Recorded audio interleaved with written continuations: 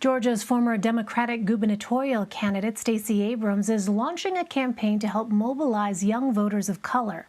Abrams is rallying them around the For the People Act, known as S1 in the Senate.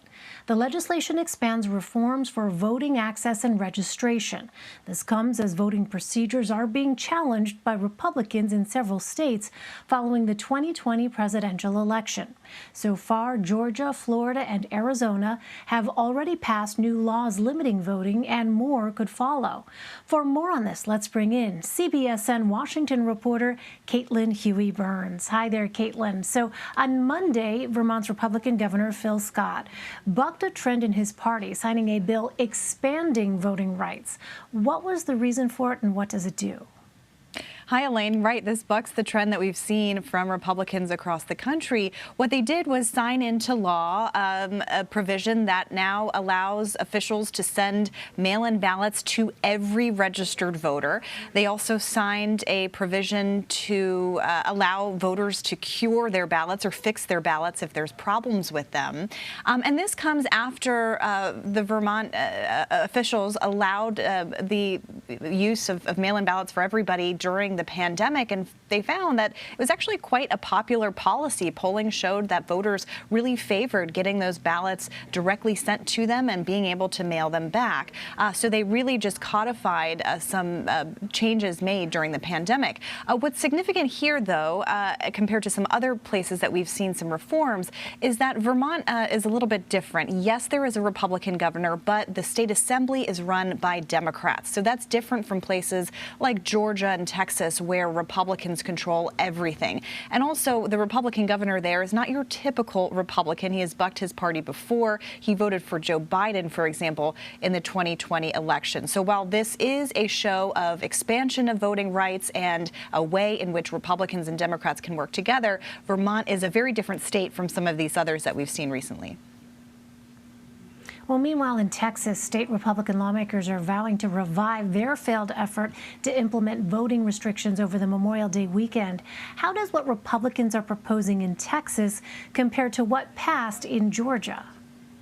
Well, what's being considered in Texas is far more restrictive than what passed in Georgia. It's important to note that Texas has some of the most restrictive voting laws on the books already. For example, unlike Georgia, early voting and absentee voting by mail without an excuse is not used, really. And so some of the provisions that they are tackling here in this bill involve limits, further restrictions and limits. So limits to early voting hours. In Harris County, for example, in the last election, they had 24-hour voting.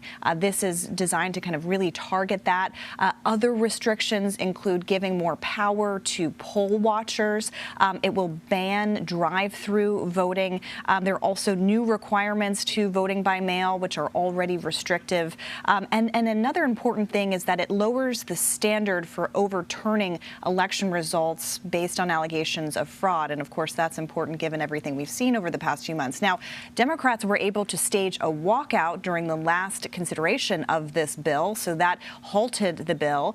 But the governor says that he is prepared to bring back a special session. So that begs the question of what strategy Democrats can employ to prevent this from going through. And those options could be limited. So that's something that they have to figure out if they come back to a special session.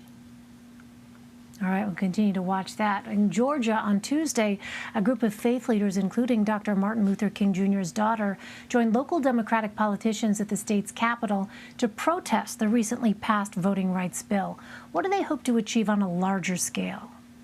That's right, because the bill is already passed, so they can't really do much about it. But they want to draw attention to state legislatures across the country, really, and kind of apply that pressure. And it also comes, as you mentioned, Stacey Abrams is mobilizing her grassroots group to really tackle what's happening at the federal level and the stalemate, really, on federal legislation. But there's also something else happening in Georgia that I think is really important to point out, that there is an audit going on again of Fulton County, and this is after a group basically sued to have another audit of Fulton County votes. Remember, Georgia recounted the vote 3 different times, including by a hand audit. So every ballot was counted again by hand in Georgia. They got the same results every time. But what's happening here, I think, is really important to highlight because it's kind of it's related to what we're seeing and what we've been reporting on in Arizona, where against the will of Republican state officials, the state Senate was able to again sue and be able to reevaluate ballots. And now we're seeing that having an effect across the country with other state legislatures looking at that and saying, well, maybe we should revisit the ballots as well, even though there has been no evidence of fraud in any of these cases. And this comes, of course, as the former president continues to promote lies about the election, and that's really fueling the base of the party as they're trying to reconsider the results in these states months and months after the election.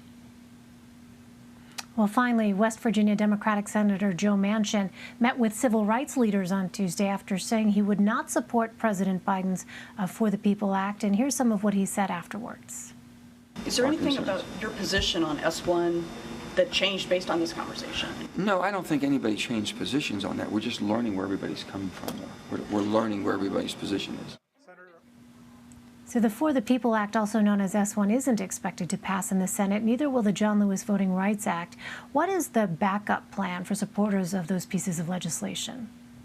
Well, that's the big question, because consensus on this legislation on Capitol Hill appears to be more and more elusive. You heard Manchin say that he is not changing his mind on S1. That was a really wide-sweeping bill. What he did support, however, and what he says he supports, is the John Lewis Voting Rights Act, which is a much more targeted approach, and that would restore a provision struck down by the Supreme Court in 2013, a key provision of the Voting Rights Act that dictated that states with a discrimination of when it comes to voting have to seek federal approval to change any voting laws. So that was struck down, and that would have, if it were in place, in theory, prevented the states like Georgia and others from implementing some of these laws that we are seeing them consider at the state level. Manchin supports that. However, Republicans do not. Actually, Mitch McConnell earlier today says that he does not support the John Lewis Voting Rights Act. Only one Republican in the conference, Lisa Murkowski, has voiced support for it. So Democrats don't have the votes that they need to pass this kind of legislation. So how do they move forward? Well, do they start applying more pressure to Biden, even though Biden is very limited in what he can do unilaterally? He's, of course, tasked Kamala Harris with addressing this. But also, do they start to make this a midterm election issue and try to galvanize their base around this? Remains to be seen. But increasingly, they are running out of options to get this legislation passed. All right, Caitlin Huey-Burns in Washington for us. Caitlin, thank you very much. Thank you.